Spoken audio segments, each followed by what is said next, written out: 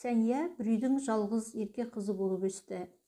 Әкесі мен шешесі 40 жасқа тақап қалғанда, өмірге келген қыздарының басынан құс ұшырмай өсірді. Мәди мен Айман қыздарын жақсы көргендері сондай. Сәния сабақтан келгенше ас ішпей күтіп отыратын. Сәнияның жегені алдында, жемегені артында еді-ау. Ауыл дүкеніне келген қымбат киім-кешекті ауылда осы Сәния бірінші болып киетін. Дүкеннің сатушысы анасының туған сіңлісі Айбарша нағашы әпкесі еді. Дегенмен Сәния санасыз болып өспеді. Себебі әкесі мен анасы үйінде жақсы тәлім-тәрбие беріп отырғандықтан болар. Қолындағы барын дос қыздарымен бөлісуге даяр тұратын, ақ көңіл, елгезек боп ержетті. Бірге оқитын достары Сәнияны құрмет тұтып, онымен дос болуға ұмтылатын. Ал ұстаздары тәртібімен сабағына тиянақты осы қызды үлгі ретінде басқаларға айтудан жалықпайтын. Мәди ауылда алғашқылардың бірі болып жеке қожалық ашып, мал басын көбейтіп жатқан кәсіпкер, өзіне адал берілген жан. Көп сөзі жоқ. Мәдиді ауылдастары құрмет тұтып, төрден орын беретін. Айман да шаңырақтың шырайын келтіріп, бірді екі қылатын ақылды әйел. Кімге болсын сыйлы жан. Бақытты отбасының тәтті күндері осылай жалғаса берілмеді. Анасы жол апатына ұшырап мезгілсіз өмірден өтпегенде. Сол күні Сәния да әлде бір жамандықты сезгендей асқа тәбеті тартпай, жүрегі дүрсілдей соғып, бей-жай күйде болған. Сабақта да мұғалімдерінің бір сөзін естіп, бір сөзін естімей, құлағы құрғыр дөңгірлеп кеткен. 11 сыныптың оқу озаты әдемі қыз Сәнияның ұстаздары мен достары арасында беделі де баршылық. Әсіресе ұлдар жағы Сәнияның қасынан табылуға құштар еді. Көктемнің көгілдір күндерінің бірі еді. Үзіліс арасында оқушылар мектеп ауласына шығып ойнап, мәз-майрам болатын. Бәрі де ұзаққа созылған қыстың қаһары кетіп, табиғаттың аужыраған сәтіне қуанып асыр салатын. Мектеп ауласындағы орындықта отырған қыздардың ішінде Сәния да бар еді. Бір кезде өзімен көрші тұратын Сәуленің оған асыға беттеп келе жатқанын көріп, жүрегі дүрсілдей соққан. Сәния, сен үйіңе папаң шақырып жатыр, тез деп алқынып тұрған көрші Сәулеге қарап, сөйлеуге үні шықпай қатып қалған. Бар білгені, есін жиып, үйіне қарай жүгіріп келе жатқаны, тек екі аяғы жерге тимей келеді, бейне ұшып келе жатқан сияқты. Үй алдына келгенде көрші қолаң мен ауыл адамдары жиналып тұр екен. Олардың бәрі Сәнияны көріп, жол беріп, шетке ығыса берген. Әкесі бірдеңе дегендей ме, екі құлағы бітіп қалғандай, жаңғырған дыбыстан басқа ештеңе естімейді. Әкесі үйде, енді анам қайда деп жан-жағына алақтай қарағанда, нағашы әпкесі Айбаршаның Айман, машина, апат деген сөздерін естіп, одан әрі теңселіп кеткен. Құлағы бітіп қалды. Алыстан әлде біреулердің су әкел, су шаш деген сөздерін еміс-еміс естиді. Міне, Сәнияның анасының өмірден өткеніне 40 күн болыпты. Алыстан келген туған туыс көрші қолаң қолдарынан келген қызметтерін көрсетіп жатыр. Тек асыл анасының орны үңірейіп тұрғандай. Сәния артынан білді. Анасы әлде бір жұмыспен аудан орталығына барып, келе жатқан жолда көлік апатына ұшырапты. Машинаны жүргізушісі қарсы келе жатқан көлікті байқамай кеш бұрылған. Соққы тура Сәнияның анасы отырған жақтан болған. Машинадағы қалған 3 адам дін аман. Денелеріне сызат та түспепті. Айманның ішкі ағзасынан қан кетіп, көз жұмған көрінеді. Сәния үшін сұрықсыз, көңілсіз күндер басталғандай. Қыздың асқа да тәбеті жоқ, мектепке де барғысы келмеді. Тек өзі бақырайып жатады да қояды. Есік тырс етсе, анасы кіріп келетіндей болады. Анасының киімдерін иіскеп мауқын басады сорлы қыз. Әкесі де сезіп жүр. Бұлай жалғаса берсе, қызының денсаулығына жақсы болмасын. Әлде қалаға көшіп, орын ауыстырса қалай болады? Мүмкін жаңа жер, жаңа орта қызының қайғысын жеңілдетуге көмектесер мекен деп шақшадай басы шарадай болумен таң атырып жүрген. Осы ойын қызына айтып көрсе құптар мекен, әлде деп іштен ойланып жүргеніне қаншама күн болды. Бір күні Мәди қызына осы ойларын ашық айтқан. Сәния біраз үнсіз отырып, папа, өзің шеш. Мен 11 сыныптан кейін оқуға кетемін. Оқуға түсемін. Сізге жалғыз қалу да оңай болмас. Мамамның жылын өткерейік, содан кейін мүмкін қалаға көшерміз деген. Міне Сәния бүгінде Алматыдағы сән академиясының студенті. Болашақта ұлттық нақыштағы сән индустриясын дамытсам деген арманы да бар. Әкесі Сәнияның оқуына тақау жерден 3 бөлмелі пәтер сатып алды. Бүгін қала өміріне үйреніп қалғандай ма өзі?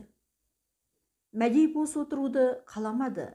Жақын маңдағы бір мекемеге күзетші болып орналасты. Анасы өмірден өткеннен бері Сәния өзінің жалғыз екенін, әкесінің атын шығарар бір ұл перзенті жоқ екенін ойлап, әкесінің екінші отбасын құруына қарсы емес екенін іштей мойындағандай болды. Тек әкесіне осы ойын қалай жеткізсе болады?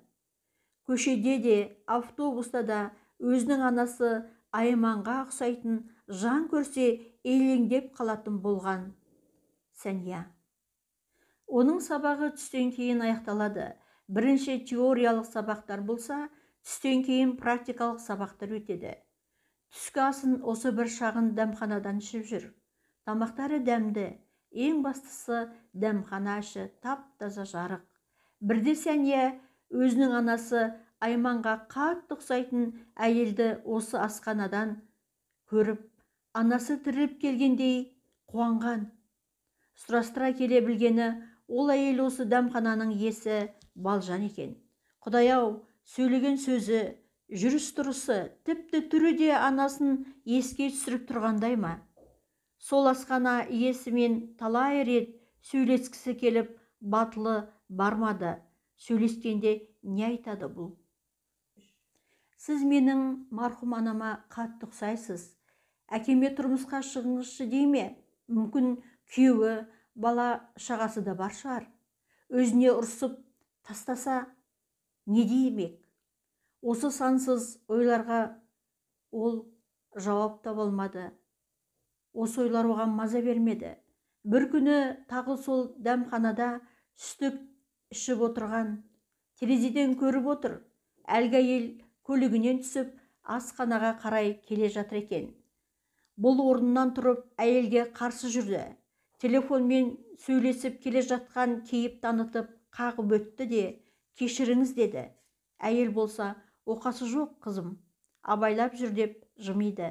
Жымиғанда екі бетінде шұңқыр пайда болып, тура анасына ұқсап кеткені бар ма? Қандай ұқсастық? Әбіржіп қалған Сәния, сіз менің анама өте ұқсайсыз, деді. Ал әлгі әйел Сәнияны бауырына тартып, қызым сол деп арқасынан қаға күлді. Анасын сағынған Сәния сол жерде көз жасына ерік берген. Ыңғайсыз жағдайда қалған әйел, қой жылама қызым, не болды, неге жылайсың деп бәйек бола кетті. Сәнияны шеттегі столға келіп, орындық ұсынды да даяшыларға салқын су әкелуін өтінді. Әйелдің ойы, мына қыздың жылауы тегін емес, ішінде бір қайғысы бар сияқты, әлде біреулерін зәбір көріп жүрмекен деген ой еді. Сәния есін жиып, өзінің қайғысы туралы, анасынан айырылып қалғаны туралы, анасын сағынып жүргені жайында айтып, шерін бір тартқатқандай болды. Бұның бәрін сабырмен тыңдаған Балжанның мына қызға жаны ашып кетті. Қызым, сен бойжеткен қызсың. Қай жаста болсаң да ананың орнын ешбір жан алмастыра алмайды. Әрине, ананың орны ерекше ғой. Әкең бар екен, шүкір де. Оқып жатқан оқуың бар. Болашағың алда, бәрі жақсы болар. Сенің өмірде өз жолыңды тауып, адам болуың сол анаңа көрсеткен құрметің болады. Әкеңді сыйла. Ендігі жасар барлық жақсылығың әкеңді құрметтеу, қызым, деп басынан сипап құшағына тартты. Бойы жеңілдеп, іштегі құсасынан жеңілдеген Сәния сол күннен бастап ерекше бір күйде, қуанышты көңілде жүретін болды. Балжан апайдың айтқан сөздері оның жаралы жанына ем болғандай ма? Қызының мінезіндегі өзгерісті әкесі де байқап жүр екен. Сұрауға тек оңтайлы сәтті күтуде еді. Бір күні Сәния әкесіне: «Папа, сізді бір кісімен таныстырсам, қалай қарайсыз?» деді.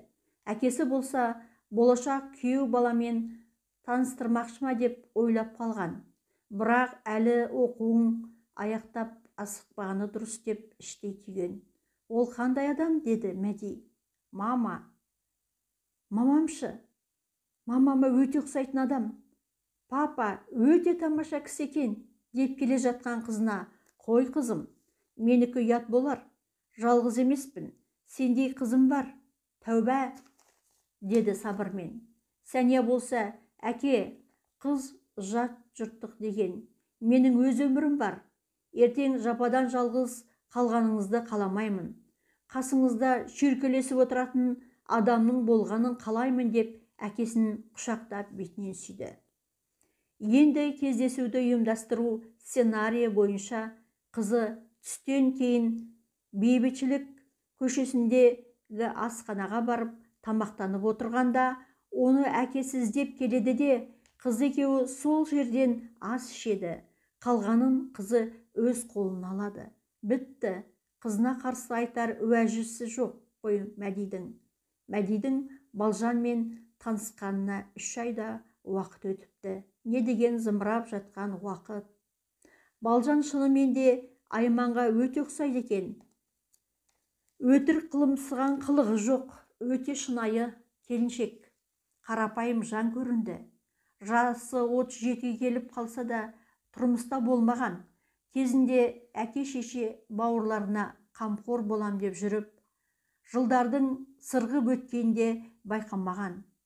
Талай еркек сөз салғанымен келісім бермепті. Өзінің бизнесі бар.